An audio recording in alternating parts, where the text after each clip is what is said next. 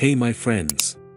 In this video I'm showing a quickie step-by-step on how to find Wi-Fi password in Windows 11. Or how to find your Wi-Fi password in Windows 11. But if you new, don't forget to like, subscribe, and even leave comment. Let me start. First, move down here to your connected network. Right-click and then select Network and Internet Settings.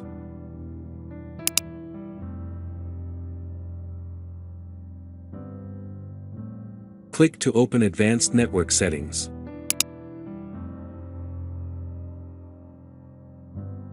Move down and then tap on More Network Adapter Options. Then here you will see all the connected networks that is on your computer. So, select the network that you like to see the password. Double-click on it. Here you will see the Wi-Fi status. Click to open Wireless Properties. Here click on Security. Under here is the password. So, to view it, all what you have to do is click on Show Characters. Here is the password. So you can share to your friends, or you can even use it into your other devices like phones and computers. That's how you can find the Wi-Fi password from your computer.